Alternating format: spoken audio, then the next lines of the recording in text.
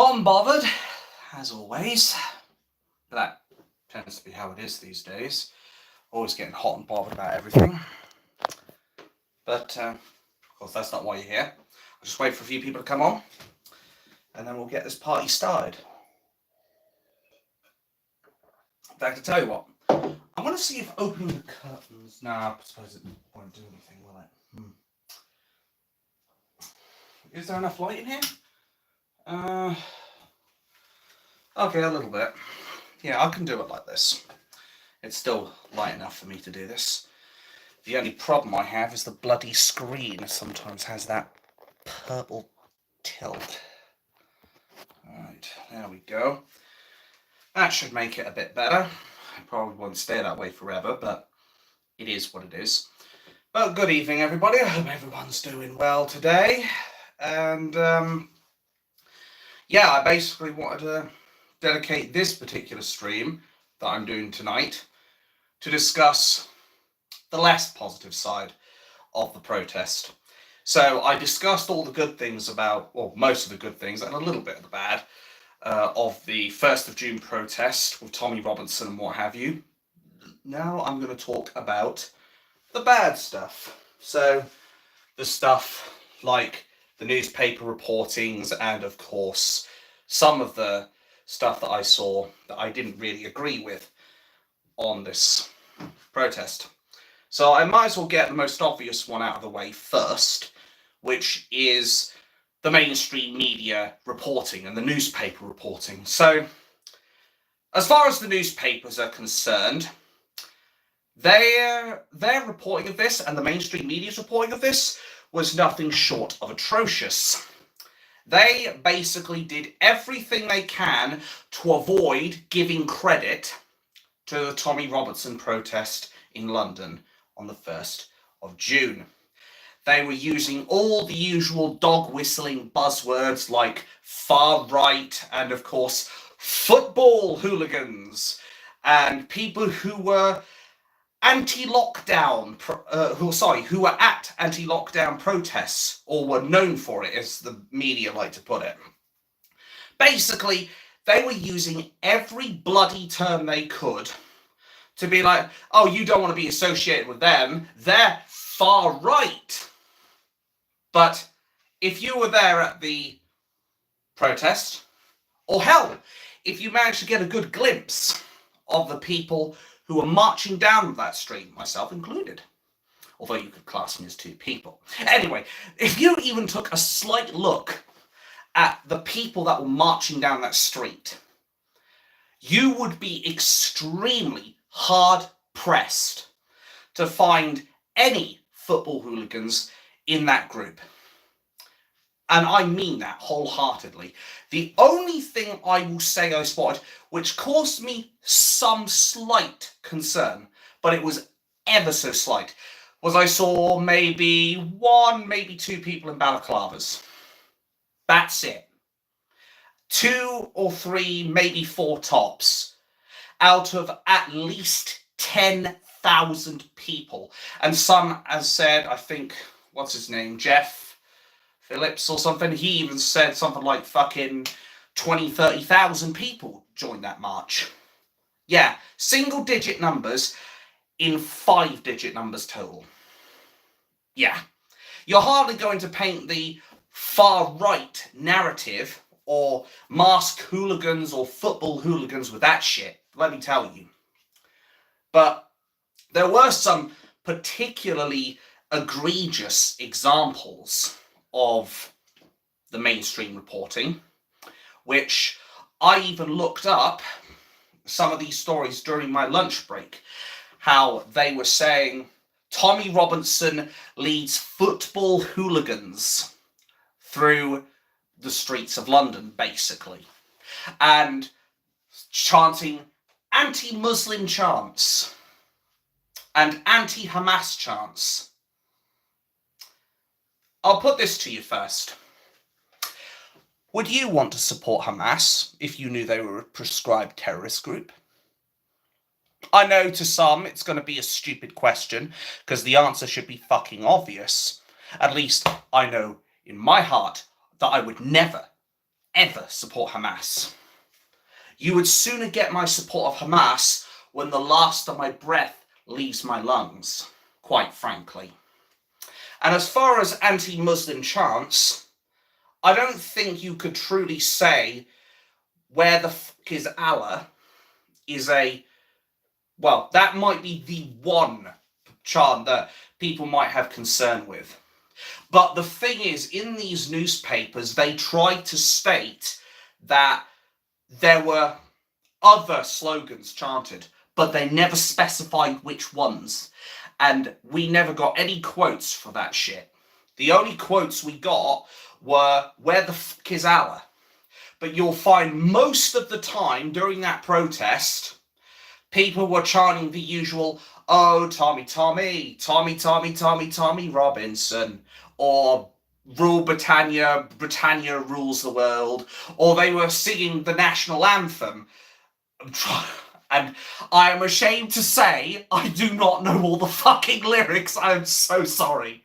I did try to sing it during the protest, but I genuinely can't remember all the fucking lyrics for that shit. But I do at least remember God Save the King. Oh yes, that's right. Send them home victorious, happy and glorious, something like that. But you know what I mean. But they won't, of course, report all the pro-British chants that we made, all the pro-British songs that we did. They would rather focus on the negative because they know damn well they don't want to give a single iota of credit to the supposed far-right march that went down on the 1st of June. Because obviously that would destroy their narrative. And Nick Knowles, yeah, that clown, decided to pitch in and say that they had chat messages from hooligan groups and said that there was a very strong likelihood of violence. No, there was no violence down there. Absolutely none. Everyone was well behaved, even the police. But Nick Knowles is obviously living in the land of cuckoo, where he's still suffering from brain damage, I suspect, saying that, oh, there's going to be violence, oh, there's going to be, oh, all these hateful fucking slogans and slurs and all that. And it's like, keep dreaming, mate. Maybe one day somebody will give you that red pill and wake you up and realise what a terrible fucking prick you are, Nick Knowles. It's why a lot of people don't listen to you, Nick Knowles. Because you have the credibility of a low-grade bank clerk and all of the sympathy of a damp rag. You don't understand the plight of British people, quite frankly. But enough about him, because I don't want to focus it on him, because he doesn't deserve the bloody attention, even though I've just given him like half a minute of it. But the other thing that I was a little bit disappointed about as well, as far as the protest was concerned, I was seeing people just leaving bottles, leaving cans, leaving their food dropped on the floor, and there wasn't really anybody around to collect the rubbish, unfortunately.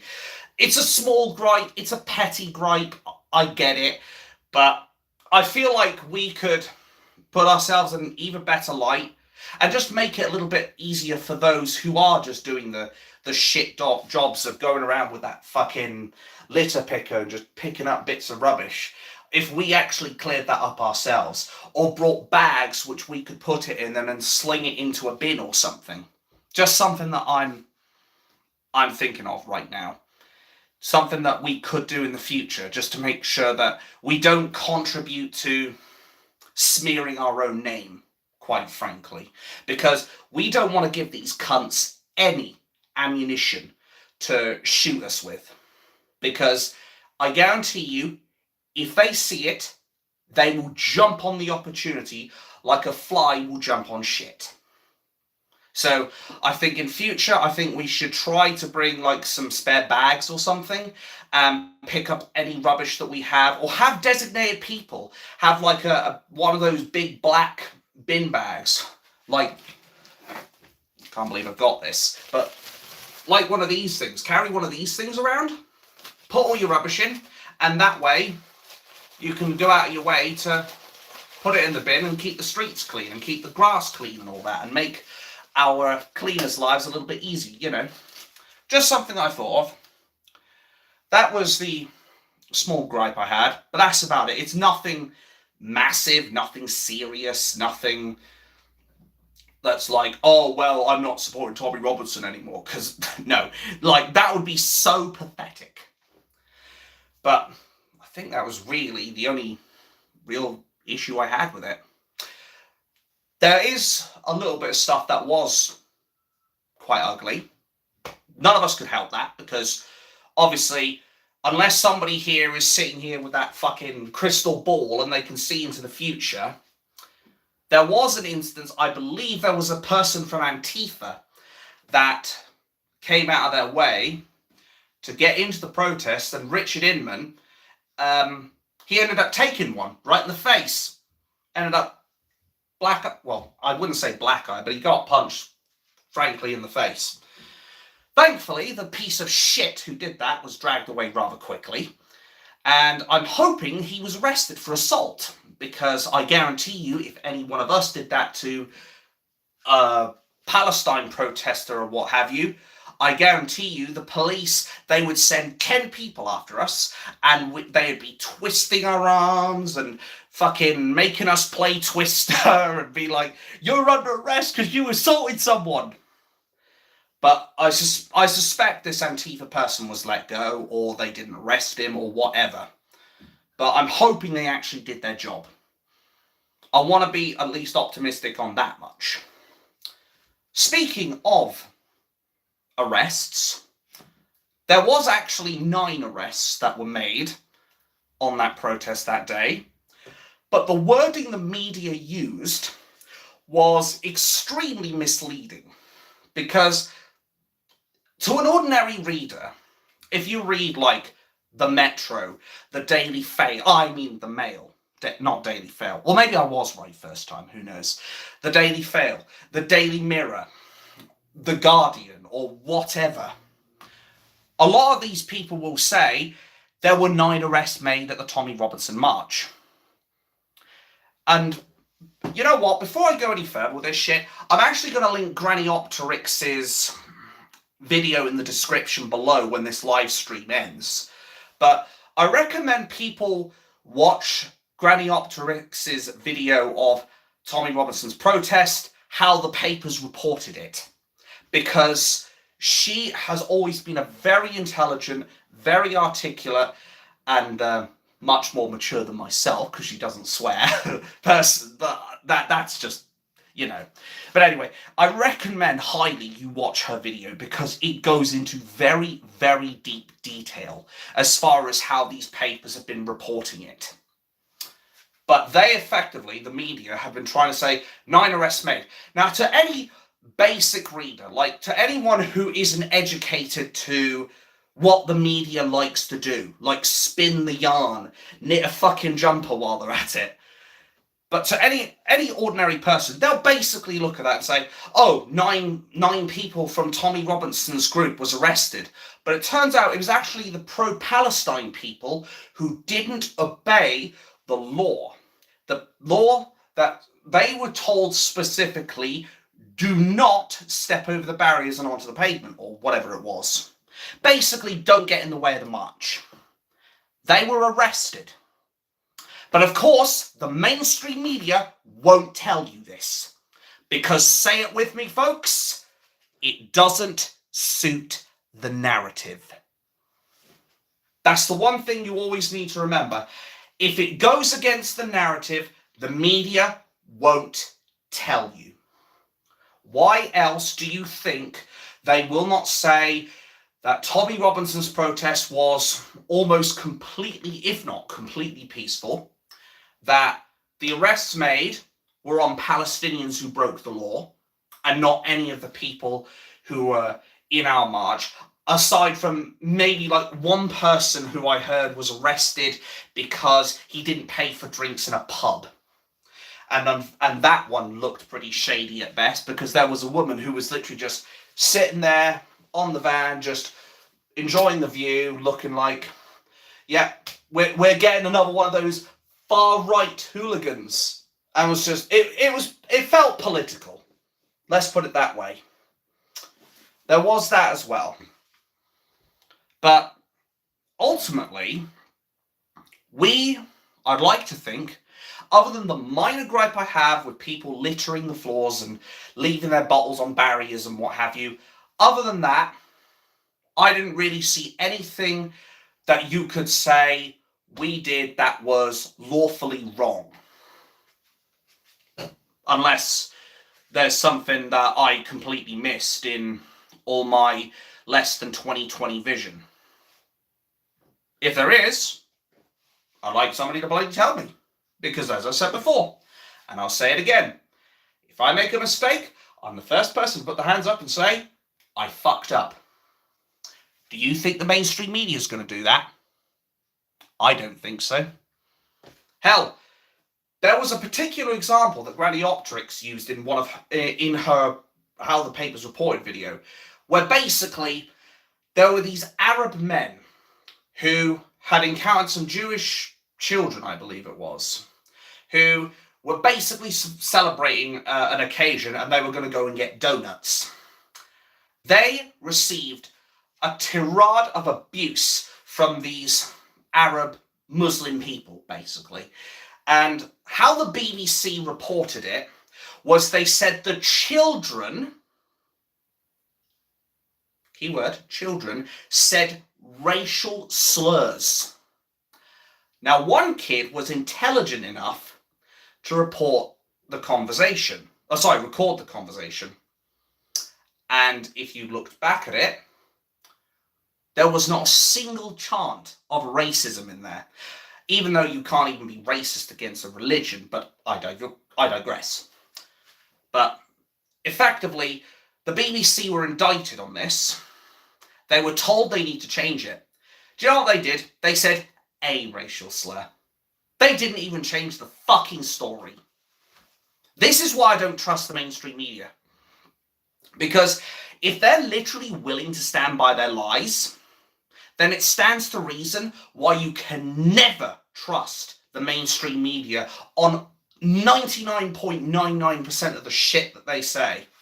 But as they always say, even a broken clock has to be right twice a day. But yeah, I didn't. Other than the things that I've described, Richard Inman being attacked, the fact that there was pro-Palestinians who were arrested, not people on our side who were arrested, the fact that there was littering going on. Other than that, there was not really much that went wrong with the protest, to be brutally honest. And I also mentioned, of course, a few people were wearing balaclavas. That's about it. But I am saying this, and the reason, as said in the last stream, that I am mentioning all these negatives here is, unlike the mainstream media, who will focus on one biased opinion, I will at least go into the nitty-gritty of it. I'm not afraid to say what was good and what was bad.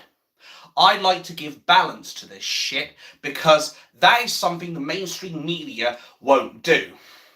Unless you fucking say like, oh, I don't know, a balanced diet is a can of soup in each hand. Sorry, this one's turned around the wrong way. Yeah, that's my fucking balanced diet. But jokes aside, I can at least provide balance where needed. Even if I am mostly against the mainstream media, I will at least give credit when they deserve it, and not a second before. Likewise, if there is a situation with our protest, which I am 100% for, I will say it. If there are things that I'm against, I will say it. I will not sugarcoat anything. I will not mince my words, and I will do my absolute damnedest, unlike the mainstream media, not to bullshit you. That's why I've made this stream, specifically. Because at the end of the day, people deserve to know the truth, and I want to be balanced. And as I said, this is not to detract too much from the Tommy Robinson March, because overall it was a massive success, I'd like to think. Of course, that is my humble opinion, and that is subjective. But what I do know is that a lot of the mainstream media reports were completely biased, completely contemptuous, and they didn't even make one attempt to at least be impartial, to at least be balanced. They have not made one attempt to try and at least showcase a few good things about it. Because at the end of the day, if these guys were journalists, if they were actual news journalists, they would be reporting both sides of the story. They'd be saying the good, they'd be saying the bad. They'd be saying what went well, they'd be saying what went bad. Instead of being like, oh, Tommy Robinson, far right, former leader of the EDL, leads EDL. Oh, that was another thing as well. One of the newspapers, was it the Daily Mirror? They actually willfully lied and said that Tommy Robinson led the EDL down London. Oh, that one nearly escaped me. Yeah, no fucking chance. You come here. You fucking come here. So, the Daily Mirror tried to claim that the people that marched down London were part of the EDL. Now, I don't know about you, but I'm not 100% sure if the EDL is completely far right now. But what I do know is that Tommy left the EDL back in, was it 2015 or something? I can't remember off the top of my head. But he left it. Hell, he went on to LBC under a false alias to speak to Majid Nawaz. And I can't believe I remember that shit. Anyway, he went on LBC, spoke to Majid Nawaz, and literally said he disavowed the far right. He said specifically he left the EDL because it was becoming far right, which he completely and utterly disavowed. But the mainstream media do not have the brass bollocks, whether up here or down there, or in my case both, and I've got a banging set of tits, let me tell you. But they don't have the brass balls to actually say, you know what, Tommy's disavowed the far right. Do you ever think they'll say that? I think we already know the answer to that one, folks. Let me tell you. But the point I'm trying to make with all this here, and just trying to get this back to normal again, or as close to, the point I'm trying to make here is that rather than acknowledge and credit Tommy where the credit should be due, they focus on just bringing the hammer down, or in my case, the wooden spoon.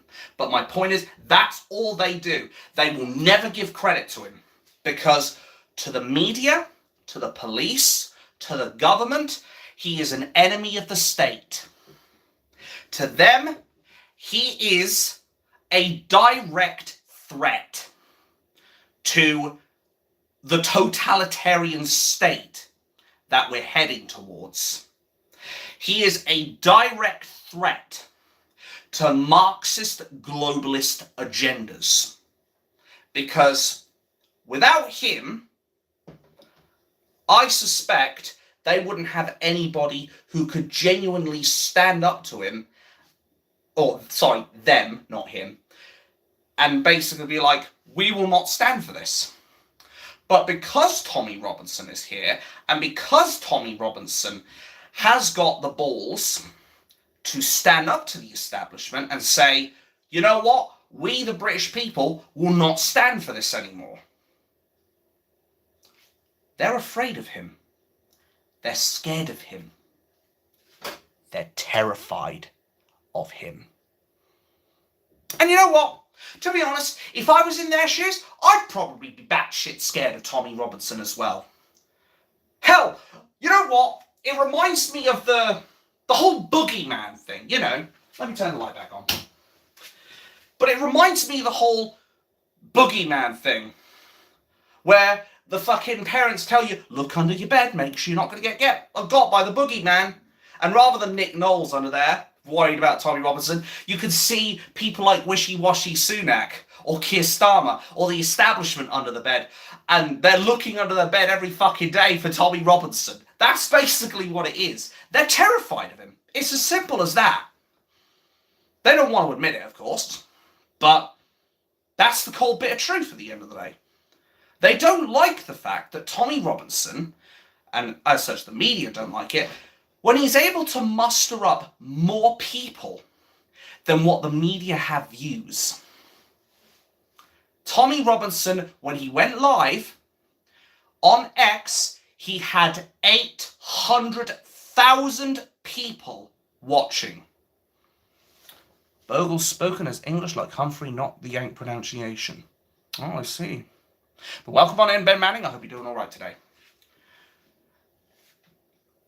Message retracted, eh? That's a shame. Anyway, back on point.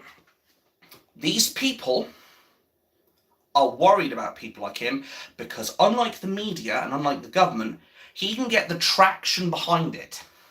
He can get the traction behind the movement that's going on right now. Which is why I imagine these people in the establishment are batshit scared of what's going to happen on the 27th of July. Now, I'm not sure if I can make that. I'm going to need some time to recover after the last protest, let me tell you, because that took a lot out of me. Christ, I never thought it would, but as I said, it's probably more along the lines of, it's been so long since I've gone to that shit. But I digress. But the media and the government and the police are scared. And to be quite honest, I can't blame them. The way I look at all of this is the police and the establishment are two arms of the establishment. Take away the media, what have they got to work with? If people aren't listening to the media, the only thing they can do then is rely on the police and go heavy-handed on patriots, while people who support terrorists, who should be arrested, are allowed to run rampant. That's why Tommy Robinson did his protest. But what saddens me is the fact that people in the mainstream media even tried to say Tommy voiced his personal grievances. What is this about?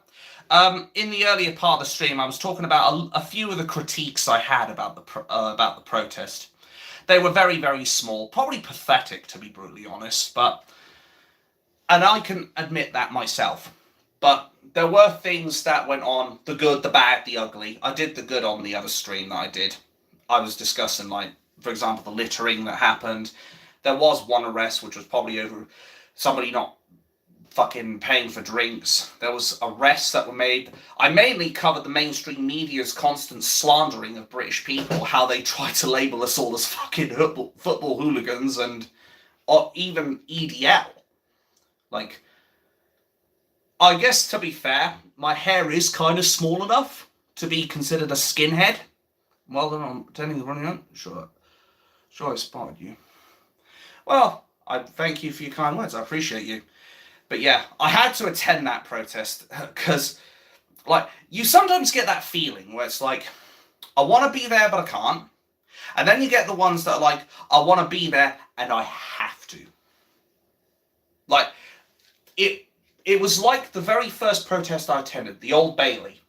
The first time Tommy Robinson went in to the Old Bailey for a crime he effectively never committed, contempt of court, which mainstream media had actually broken reporting restrictions. Hell, Lizzie Dearden, you know, the person that Tommy has claimed to be stalking, even though all he did was ask questions, she ended up breaking court restrictions, or breached reporting restrictions. £10,000 fine. And I made a video about her. I recommend if anybody hasn't watched that, they watch that, because obviously it opens up a whole can of worms on the whole Lizzie Dearden thing. But I want to bring this back to the protest and what's going to happen in future, the 27th of July, where it's going to be back in London. I think, how do I put this? I think the police are going to go all out on this one. because they obviously had a lot of vans of police with them. They had a lot of policemen on the streets. To be fair, they do have to monitor us just on the basis of what, just in case something really does kick off, like maybe there's some infiltrators, and by that you can spell it either or, just without the I or with it, as in TRAITORS, or without it. I guess they have to do it just in case of that. But generally speaking, as Tommy said it nearer the very end of the whole event, the police got in the way of the protest on St. George's Day on the Tuesday, which I wish I could have been at, but unfortunately it was a work day. But they got in the way, they attacked patriots, there was trouble. They went out of their way to lead Tommy Robinson one time back in the 2010s towards Antifa. Because they did that, there was trouble. This particular protest, the police stayed the fuck out of the way. There was no trouble. Coincidence? I think not, but I leave that to you to decide. But I think at the next protest, I think they're going to go all out on us, quite frankly. I think the media, the government, and the police will all go all out to try and get the narrative they want. And we must stand tall. We must stand over these people and maintain dignity, calm, and respect. Because otherwise, they'll get what they want. And what they want is for a punch-up, basically. They want people to start throwing punches and getting violent and basically get the headlines they want. Because then they can discredit the movement and be like, you see guys, they are far-right racists and thugs and violent hooligans and football hooligans and EDL and blah, blah, blah. Because that's the only way they can beat us at the end of the day. Discredit. Because we know in a straight-up metaphorical fight, these guys wouldn't stand a chance. If we were to do this based off of telling the truth, the media would be fucking chucked out the window in an instant. If we did this based on truth, the government would have to own up to failings that they don't want to own up to, because at the end of the day, they're trying to protect their state of power. They're trying to protect themselves from us, the people. However, the thing is, there's far more of us than there are of those traitors, and we will not stop fighting this because we are passionate, we have a cause, and we know we will be fighting on the right side of history for truth and justice and for wanting a better country for everyone, including our children. That's what it comes down to. At the end of the day, they will stop at nothing to destroy our credibility, because that's the only weapon they have against us. And I only mentioned the littering, which was my very, very slight petty gripe, if you will, about the event, because I don't want them to have the ammunition. I don't want them to find a fucking drum mag, load it into their AK-47s and start firing at us with them. That's what I don't want. So if we, next protest that we go to, if we go out of our way, bring bags, put all our rubbish in, tidy the streets up, and make it easier for everyone and not have to worry about, oh, there's a bottle here on the barrier, oh, there's chicken wings in the grass, because I did actually see that, by the way. But if we go out of our way to tidy that shit up, even petty things like that. I know it may sound pathetic. I know it may sound petty, but it's very small things. They will go after us for that shit, because they will say, we left loads of litter. I think they did it before when we were at the Old Bailey a second time for basically the verdict of Tommy Robinson, which was a false guilty charge. He didn't really break reporting restrictions, but they had to basically get him to say, they basically said, Tommy is guilty, but he's got time served. Even though he wasn't really guilty, because everything he quoted from the Leeds Crown Court grooming gang case was in the public domain. But we need to make sure we tidy up after ourselves, we're not drunk. I know we weren't violent on the protest, but make sure we maintain that, and the establishment will eventually crumble. It might take 5 days, it might take 5 weeks, it might take 5 years. I don't care. We'll keep fighting this fight. Because at the end of the day, we will win that fight. And we will win that fight the correct way. We will not give them the violent revolution that they are so desperately craving. Because that will give them all the excuse to crack down on us. I think that's all I really need to say at this point, so I'll end the stream here. I thank you for coming to watch this again. I'm going to do what I can as far as uploading some of the highlights that I got from the 1st of June. Bear in mind, there's not going to be much because, as said, I was limited to basically an hour's worth of stuff, and I couldn't live stream on the day because the Wi-Fi wasn't working, and as such, it wouldn't allow me to live stream the events. But I will upload what I did get. I think it was mostly the beginning stuff. Couldn't get the Lawfare documentary because I had used it all too soon. But yeah, in the meantime, guys, thanks for watching, and I wish you all a good morning, afternoon, or evening wherever you are in the world. I'll thank you one last time for watching, and I will see you all in the next one. Bye-bye for now.